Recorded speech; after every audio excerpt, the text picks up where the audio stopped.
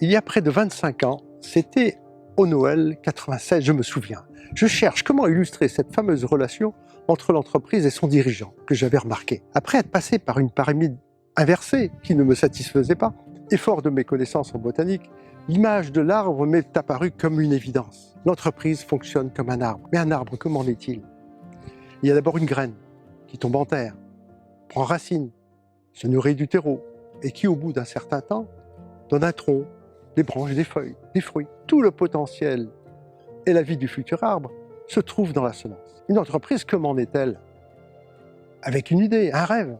Cette semence prend racine dans le terreau représenté par l'expérience et l'histoire personnelle du créateur. À partir de là, elle va chercher la lumière pour développer un tronc, des branches, des feuilles, c'est-à-dire se faire connaître des clients, du marché, des partenaires, des fournisseurs. L'arbre entreprise ne peut se développer sans racines et sans les éléments nutritifs contenus dans le terreau, c'est-à-dire la personnalité du dirigeant.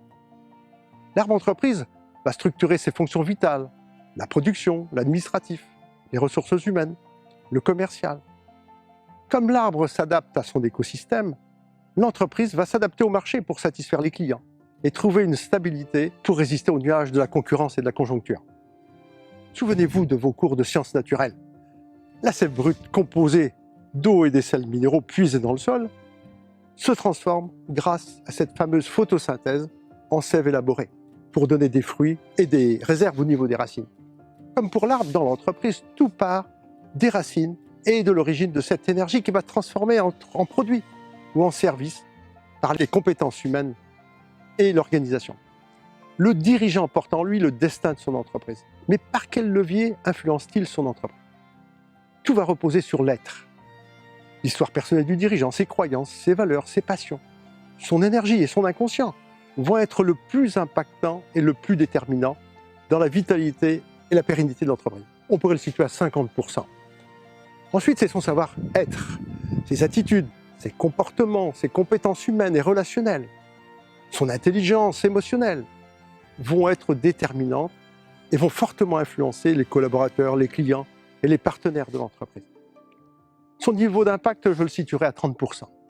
Nous verrons que le dirigeant ne maîtrise pas toujours le savoir-être, qui souvent lui échappe.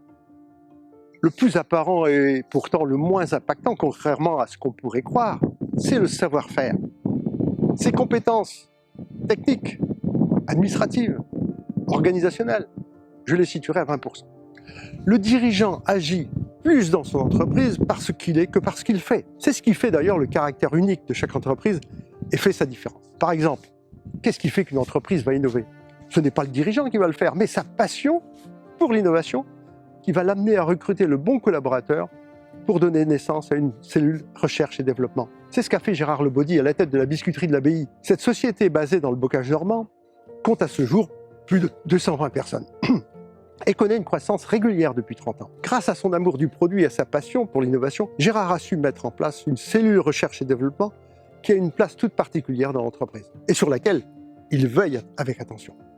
On peut dire que c'est cela qui a permis à la biscuiterie de se démarquer de la concurrence, de résister aux grands groupes et à la pression de la grande distribution. Cette métaphore de l'arbre illustre bien le lien étroit entre la personnalité du dirigeant et son entreprise. Et cela m'a conduit à constater que les points forts et les points faibles de l'entreprise sont souvent le reflet des points forts et des points faibles du dirigeant. La sève qui circule dans l'arbre est invisible mais essentielle. Il en est de même pour le dirigeant qui n'a pas toujours conscience de l'influence subtile de sa personne dans la vie quotidienne de l'entreprise. Nous voyons pourquoi et comment les contours de sa personnalité vont constituer le véritable ADN de l'entreprise et qui peut expliquer l'étrange solitude que connaissent tous les chefs d'entreprise. Deux questions pour vous. Vous retrouvez-vous dans cette métaphore de l'arbre? Et pourquoi? Quand je situe l'influence de l'être à 50%, le savoir-être à 30% et 20% pour le savoir-faire, quel serait votre classement? Je vous laisse à votre réflexion et je vous dis à bientôt.